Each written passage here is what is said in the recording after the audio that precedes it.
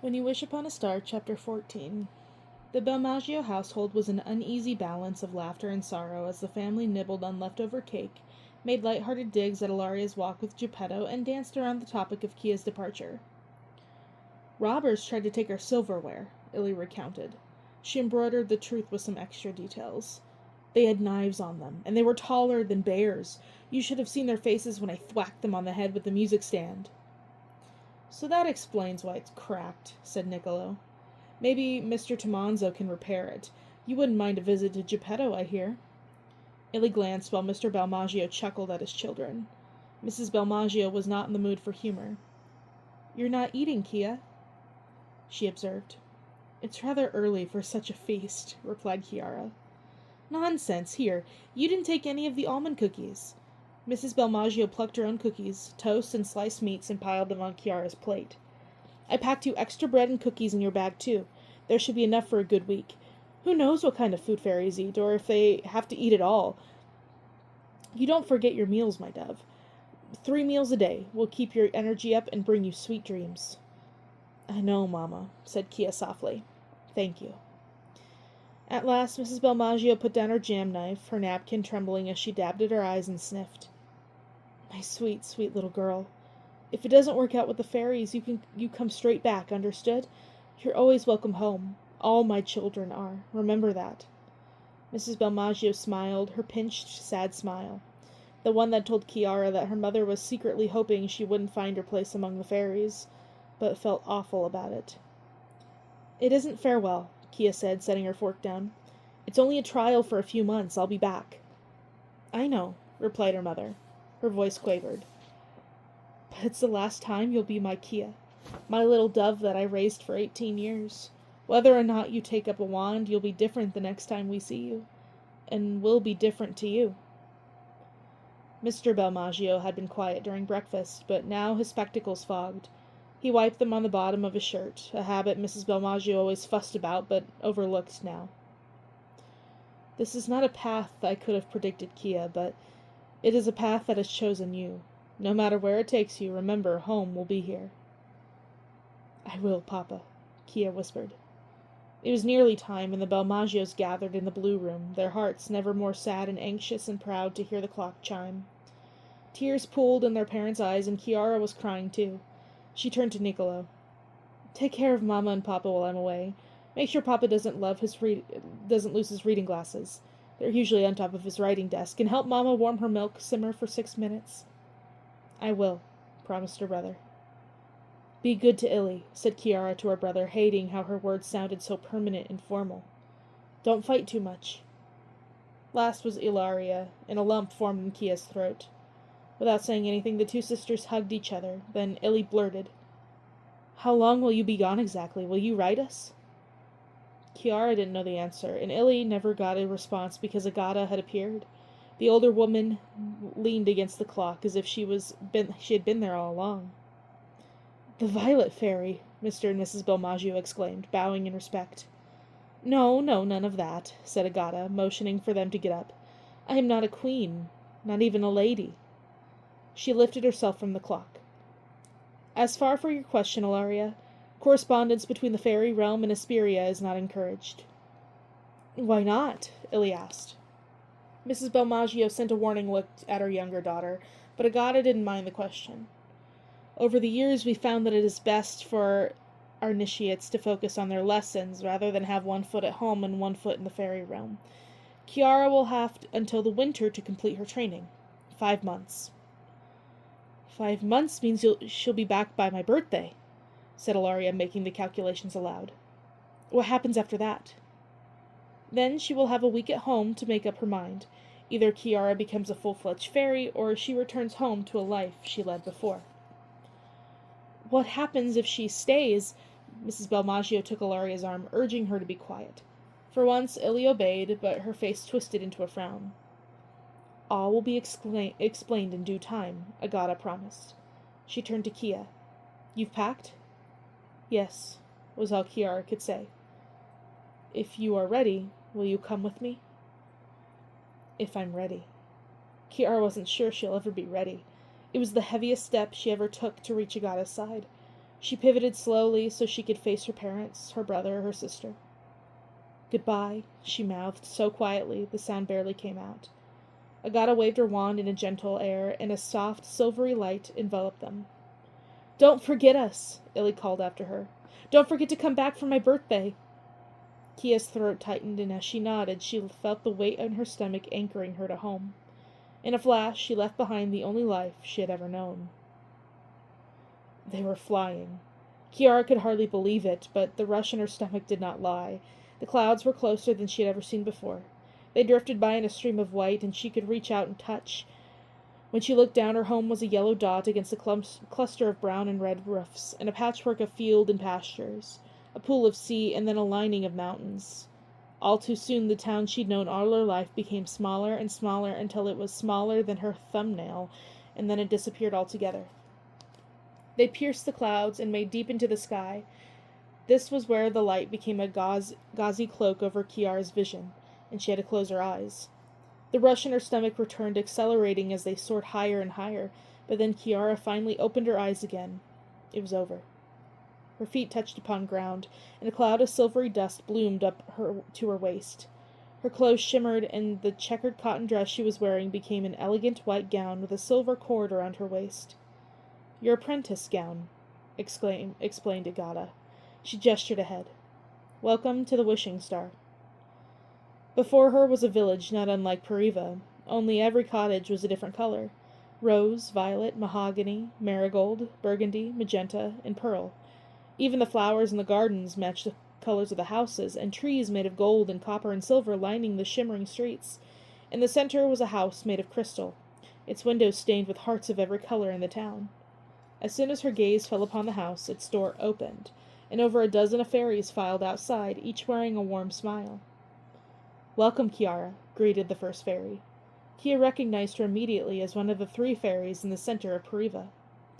In real life, she was a head shorter than Kiara, but the presence she carried, emanating pride and kindness and courage, made her seem like the tallest person Kiara had ever met. She wore entirely gold from the bells on her slippers to the gilded leaves sprinkled against her gray ringlets. "We've been looking forward to welcoming you. I am Mirabella the Gold, the mother fairy of sorts, but really just the longest serving on the Wishing Star. You'll find that being a fairy isn't too different from being a girl in Pariva. You'll live in a cottage where you eat and sleep, and you'll find companionship among your fellow fairies." Mirabella gestured at the others behind her. "For now, you might find it easier to remember our titles rather than our names. I am the Golden Fairy." She curtsied, and the fairies behind her introduced themselves one by one. The Rose Fairy, the Orange Fairy, the Silver Fairy, and so on it went. "Your title you will choose after you complete your training with the Violet Fairy. Do you have any questions?" Kiara had hundreds of questions, but she settled for the one that nagged at her the loudest. A glance at all the fairies showed her a troop of men and women from all around Asperia, and of varying ages.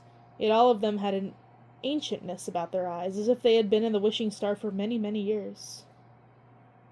"How long does one serve as a fairy?" she asked.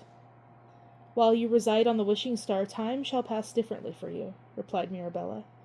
"You will serve as long as you wish." A vague response that only half answered her question.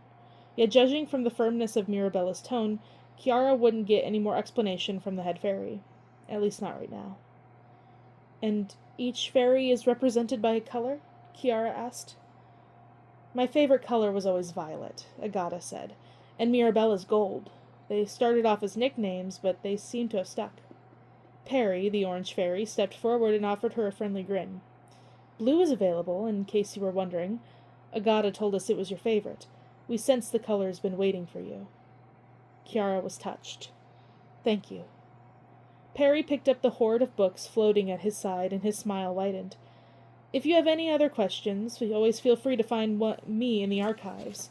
Though I doubt there will be much I can answer that Agata cannot. Along with Mirabella, she's one of the oldest fairies in the Wishing Star. She's trained many of us, myself included.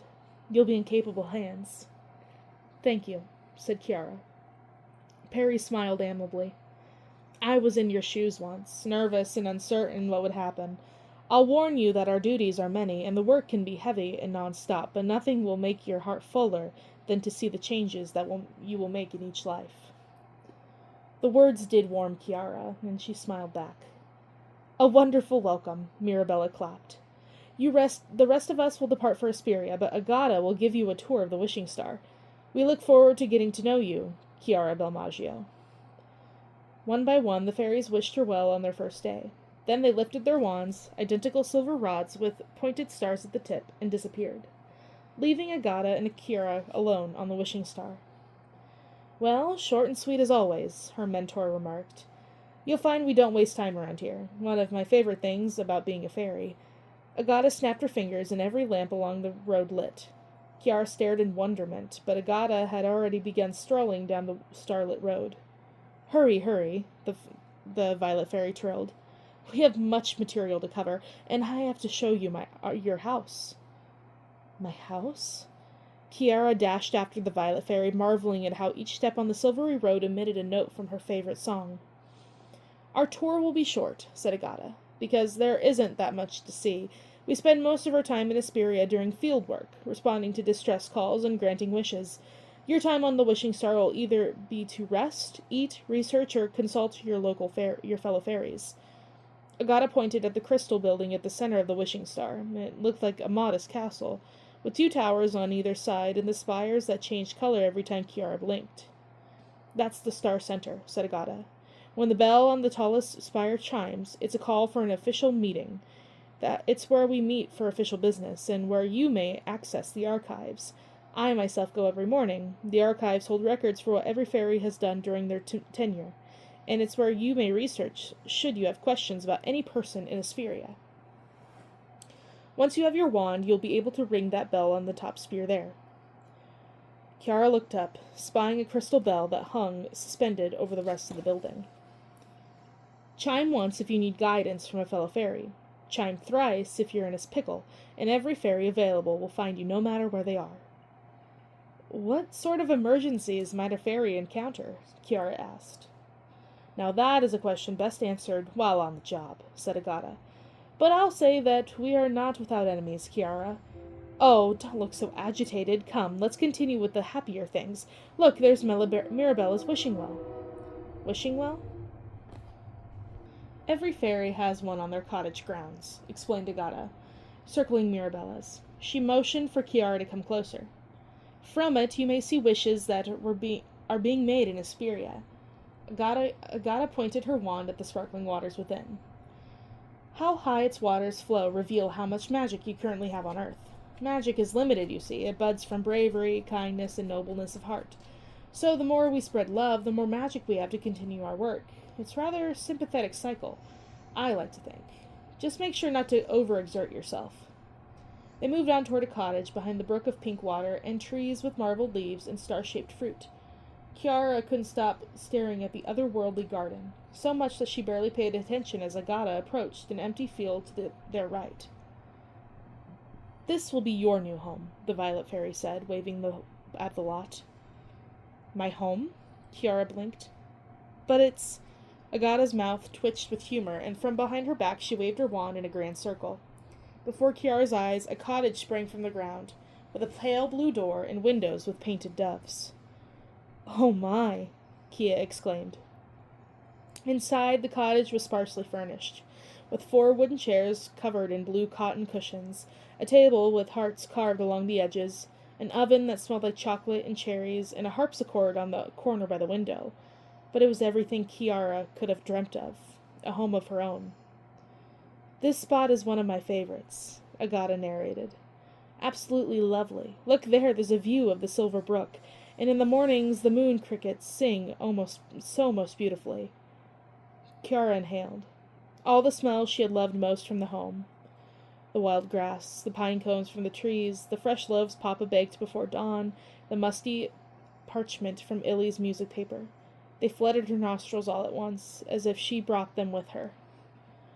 "It's perfect," said Chiara, clasping her hands. "It looks like it's straight out of Pariva." "I had a feeling you might say that," Agata said. She spotted a patch of dust on one of the chairs and swept it clean with her finger. "I designed it to remind you of home, but I set down only the basics. Whatever doesn't suit you, change it as you wish. You'll have plenty of time to spruce up the place however you like, and we have all tastes here." She gestured to the right where the Pearl Fairy had designed a house that greatly resembled a clamshell. "You'll want something of your own, trust me. While you're on the Wishing Star, you needn't worry about budgeting your magic. It's different from Asperia. Here, all you need to do is ask, and what you've requested will come. Same with your meals, unless you prefer to cook yourself. Once we're in Asperia, it'll be a different story. You won't have magic until I give you your wand. Until then, the dust will do." "The dust?" Kiara repeated. "Stardust, of course," Agata chuckled. "It's the stuff of hopes and dreams and joy.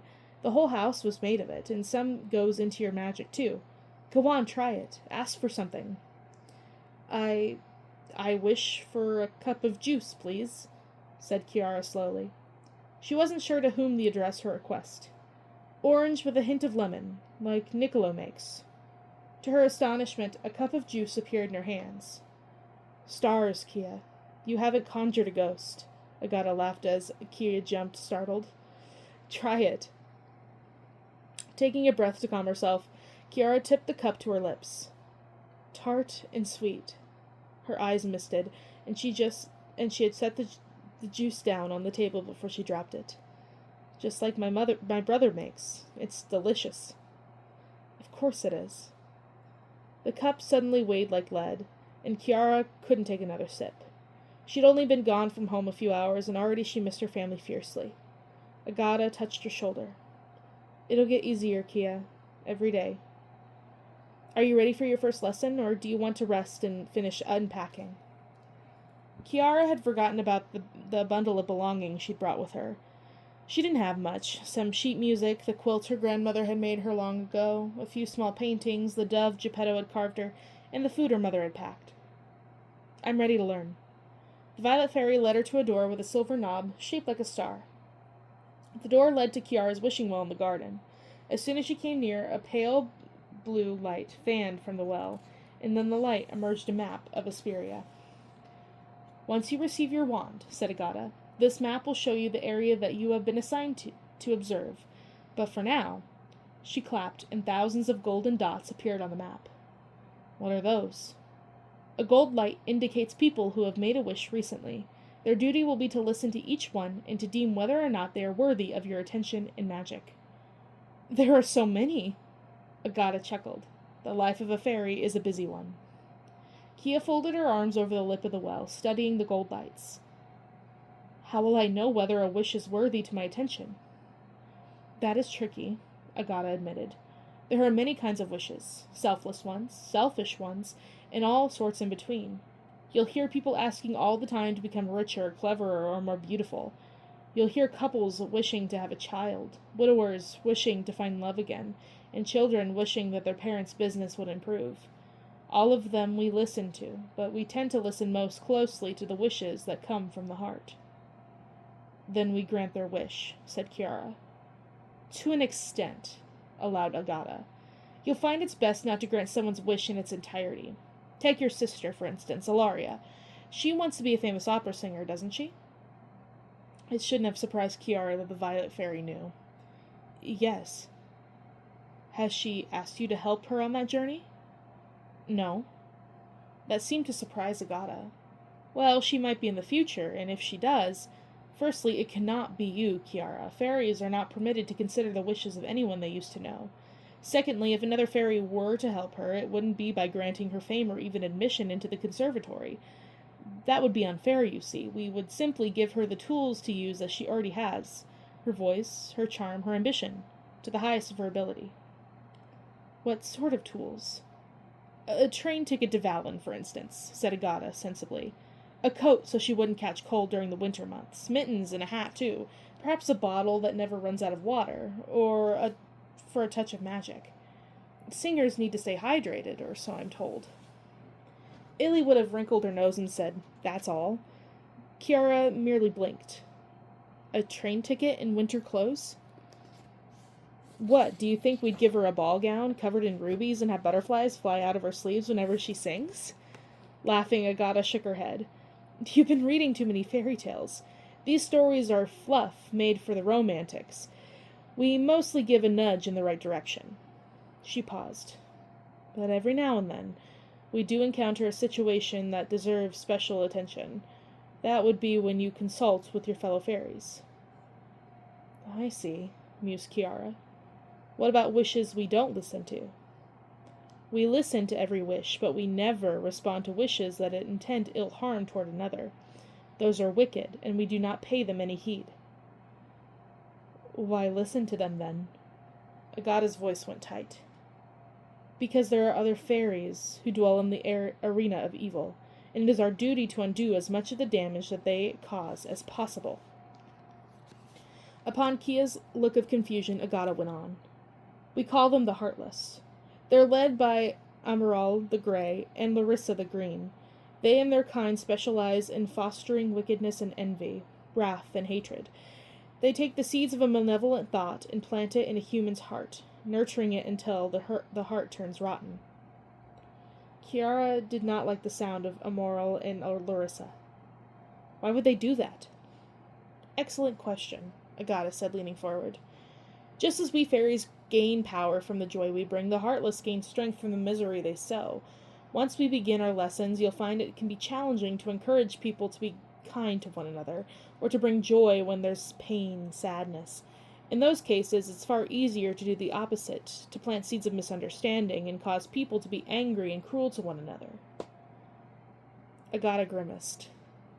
"Larissa and Amaral were two of us, but once they found it easier to gain power by preying upon weathered hearts, they formed the Heartless. Hearts that are bitter or angry or in grief are the most vulnerable," Kiara said, understanding. "Yes, and that's not even the worst of it. After they've heaped misery upon someone's life, they'll offer to take their pain away. But there's always a cost, and rare it is the case that anyone can pay." "It's a game to them," Kiara murmured. "Indeed, and those who lose become shadows of their former selves, and their misery fuels the Heartless's future ploys. It's a vicious cycle, but unfortunately most of their work can be undone." "Most," Kiara repeated. Agata's tone darkened. "On rare occasions, Larissa and Amaral offer someone the chances to be like them. But to prove themselves, they must destroy their hearts, for good. That's why they are called the Heartless," Kiara realized in horror. "Once done, the damage is irreversible." Agata stared into the well. After a sigh, she clapped once, and the map floating above the wishing well shuddered. The Violet Fairy regarded Kiara. "I told you that granting wishes is only a small part of what we do. I believe that the people who need us most are those who are vulnerable to the Heartless's influence. It doesn't mean they are bad or wicked even. After all, most people crave something they cannot have. Fame, money, power. But these temptations are often a gateway to attracting the Heartless's attention." "How can we help them?" Kiara asked. "For a start, we help them listen to their conscience." Conscience. Agata had used that word before when they'd first met. "I mentioned before that you have a strong sense of empathy, Kiara. It keeps you attuned to how others are feeling and gives you your compassion, something all potential fairies must exhibit, for it is our empathy that keeps us from being cold and merciless like the Heartless. But what I also noted was that you have a powerful conscience as well, Kiara. Empathy without a conscience is like living with only half a heart. Your conscience is what motivates you to act. It is your compass, guiding us in the direction of doing what's right. Unfortunately, not everyone chooses to follow theirs. We fairies try to give you a nudge in the right direction, but we can only do so much. No magic can make someone's mind up for them, and we have no control over a person's will. Which brings me to you, Kiara. You must know, becoming a fairy will require certain sacrifices that you may not be willing to make." Agata's smile turned tight. "At the end of your training, I will explain fully. Once I do, you will have 1 week to decide whether you wish to stay with us.